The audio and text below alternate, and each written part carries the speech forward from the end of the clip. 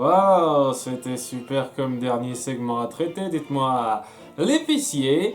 On va suivre Mickey qui est épicier vaguement. On s'en fout royalement. Je ne comprends pas ces titres. On le voit s'occuper d'une épicerie un tout petit peu au début, mais ce qui est important, c'est que Minnie lui demande de lui apporter son panier de commission, hein, donc les provisions qu'il lui a demandé d'acheter pour faire de la cuisine. Et donc 85% du segment, c'est Mickey qui se rendra chez elle pour plus ou moins l'aider à faire la cuisine et plutôt qui va foutre ça en l'air.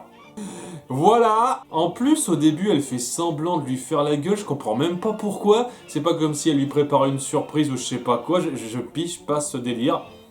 Pour qu'au bout du compte, donc, ils fassent la cuisine ensemble et qu'il n'y a rien de spécial à dire, à part le fait que Mickey gâche la nourriture, puisqu'il prépare une sorte de potage dégueulasse à partir des mauvaises parties des ingrédients et qui jette ça à la fin. Donc, ça servait à quoi ça? C'est une blague, c'est très drôle, très très drôle. Ce qui est aussi très drôle, c'est le fait que Pluto veut se farcir la dinde à lui seul, et donc ça fout le bordel dans la maison et ça casse tout chez Minnie pour changer. Heureusement qu'elle a une super assurance pour se repayer ça facilement sans problème parce que punaise, le nombre de fois que ça a été détruit chez elle à cause de Mickey de Pluto, c'est quand même quelque chose. Désolé de terminer sur une note aussi négative cette série de vidéos. Je tiens à rappeler que le dernier segment réel de ce volume 1, c'était celui sur Mickey, Donald et Dingo, qui était largement meilleur. Là, c'était du bonus depuis 4 vidéos et c'était pas fameux. On voit pourquoi c'était du bonus et pas dans les principaux, dans un sens. En tous les cas, il y a clairement à boire et à manger là-dedans.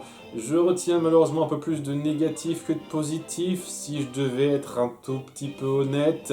Mais je n'oublie pas ce que ça a fait de bien. Et je pense que ça s'améliore au fil du temps. Et donc que le volume 2 et surtout la partie en couleur de Mickey et compagnie sera un peu plus satisfaisante à suivre. En espérant que tout ça vous aura amusé malgré tout, je vous donne rendez-vous fin d'année 2026 pour le volume 2 de cette compilation-là. Merci d'avoir suivi. Bye!